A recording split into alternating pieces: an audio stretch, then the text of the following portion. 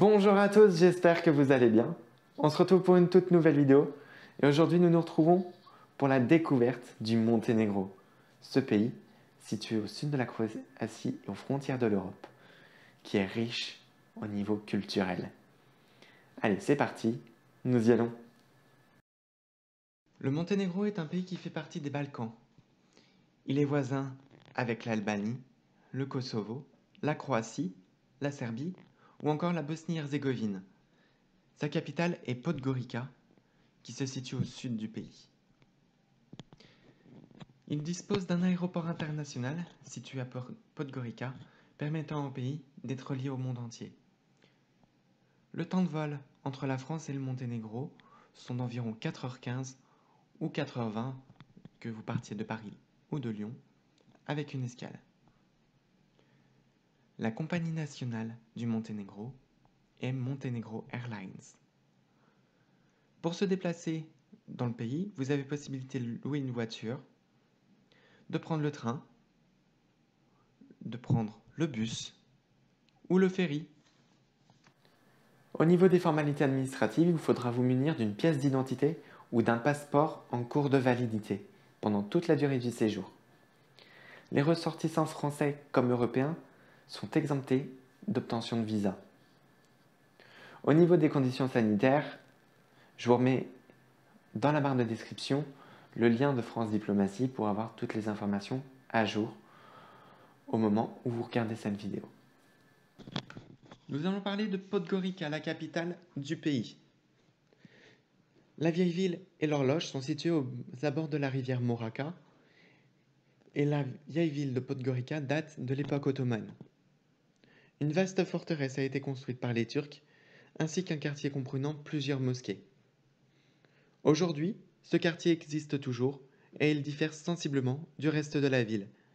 Les ruelles sont très étroites et il y a 2 mosquées avec un haut minaret bien visible. Construite en 1667, elle est appelée Saakula par les locaux. L'horloge et ses alentours ont été rénovés par la Turquie il y a quelques années. Une belle réussite. Le vieux pont Rimnaka est le point de départ de la vieille ville. Il est situé en contrebas de la forteresse. Il est au confluent des cours d'eau Moraca et Ribnica, lieu propice aux belles photos. Ce pont est surtout le symbole de cette richesse architecturale, mais qui est laissée à l'abandon.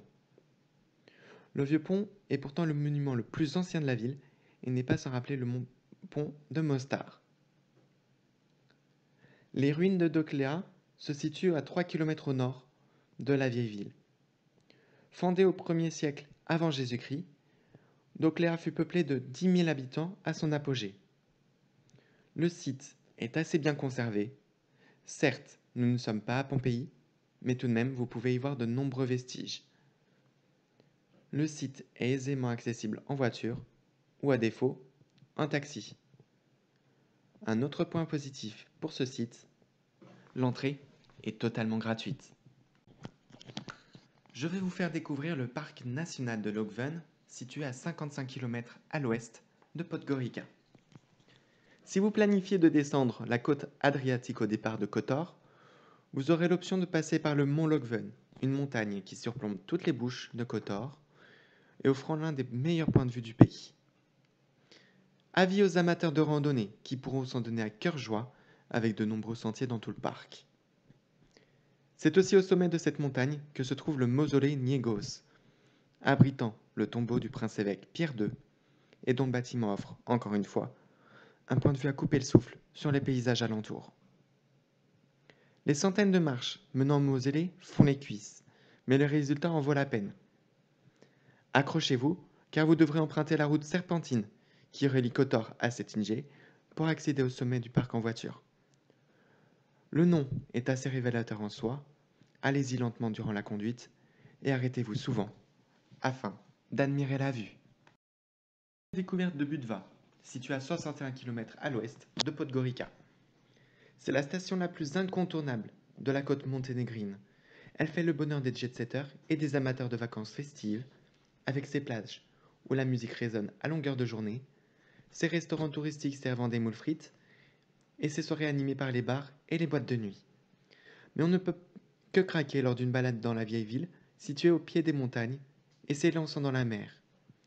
Certaines ruelles sont étroites, mais elles sont paisibles et se parent de maisons en pierre aux toits de tuiles orange. Les arbres grimpent sur les façades et les chats envahissent les bords de fenêtres. Sans oublier les magnifiques remparts de la ville, d'où admirer la côte et la mer aux nuances émeraudes, typiques du pays. Soyez prévenus, les plages de Budva sont totalement bondées durant l'été, mais le cadre est enchanteur. Le lac Skadar est sans contexte l'un des endroits les plus enchanteurs du pays. Il s'agit du plus grand lac des Balkans, situé au sud du Monténégro. C'est un havre de paix et une terre d'accueil pour des centaines d'espèces d'oiseaux sauvages. Une fois que vous passerez le pont grandiose qui enjambe le lac au niveau de la ville de Virpassar, offrant un point de vue incroyable sur la forteresse de Alessandro, vous pourriez presque vous croire en Asie, l'espace d'un instant. Le lac limpide peut se visiter en petite barque à moteur, zigzagant au cœur d'une forêt de nénuphars entre les pics montagneux. Si vous préférez être moins sollicité par les conducteurs de barques, préférez un départ du village de Rijeka. De là, vous pourrez naviguer sur la magnifique rivière du même nom et remonter ce bras de fleuve jusqu'au lac. Aigrettes, poules d'eau, hérons, vous n'allez pas vous ennuyer. Sans compter que la lumière de fin de journée rend le tout totalement magique. À présent du monastère d'Ostrog. Il est difficile de ne pas avoir le souffle coupé devant ce sublime monastère orthodoxe bâti au XVIIe siècle. Littéralement encastré dans les montagnes ocres du mont Ostrog, ce monastère apparaît comme en lévitation, visible de plusieurs kilomètres à la ronde, aux centaines de milliers de pèlerins qui s'y rendent chaque année. L'ensemble du monastère se compose d'églises, de chapelles troglodytes et d'habitations pour les moines et pour les pèlerins. Vous pourrez y accéder facilement à pied en remontant 3 km de chemin jusqu'à l'entrée. L'accès est gratuit, mais les donations sont fortement recommandées, ainsi qu'une tenue sobre, avec épaules et jambes couvertes. Au niveau des informations complémentaires, ce que je peux vous dire, c'est que la monnaie locale est l'euro. Donc déjà, c'est un point positif pour tous ceux qui partent au Monténégro prochainement ou qui ont ce projet de voyage. Vous n'aurez pas besoin de faire de change de monnaie une fois arrivé à l'aéroport. Mais attention, le Monténégro ne fait ni partie de l'Europe, ni de l'espace Schengen. Donc ce qui fait que le forfait téléphonique peut revenir très très cher. Donc voyez avec votre opérateur si cela en prend en charge le Monténégro. Au niveau des conditions climatiques, la meilleure période pour aller sur ce pays-là, c'est entre le mois de mai et le mois de septembre où vous aurez des températures assez correctes qui vont avoisiner les 25 voire 30 degrés environ. C'est ainsi que cette vidéo s'achève, j'espère qu'elle vous aura plu et que vous aurez pu découvrir plein de choses sur la destination. Ce fut un plaisir pour moi de vous la proposer aujourd'hui.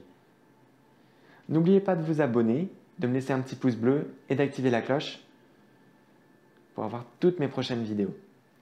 Rejoignez-moi sur Instagram et sur TikTok pour avoir plus de contenu. Je vous souhaite de passer une bonne fin de journée et surtout, n'oubliez pas que le monde n'attend que vous. À bientôt!